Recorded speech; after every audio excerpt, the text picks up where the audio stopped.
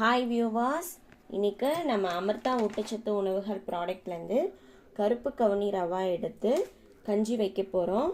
எப்படி செய்யலான்னு பார்க்கலாம். நான் இதிலேருந்து ஒரு சின்ன டம்ளர் அளவுக்கு எடுத்திருக்கேன்.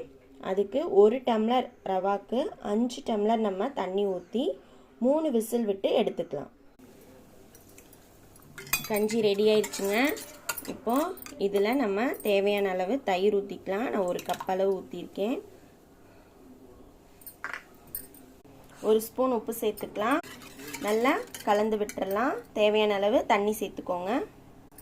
அவ்வளோதான். நான் தேவைக்கேற்ப தண்ணி எடுத்து நல்லா கலக்கி வச்சுருக்கேன். இதை இப்போ நம்ம சர்வ் பண்ணிடலாம். பாருங்க, டக்குன்னு செஞ்சுட்டோம். ரொம்ப நேரமெல்லாம் எடுக்கலை. ஒரு மடங்கு அரிசிக்கு 3 மடங்கு தண்ணி வச்சு நம்ம 3 விசில் விட்டு எடுத்தோம்னா நம்மளோட கஞ்சி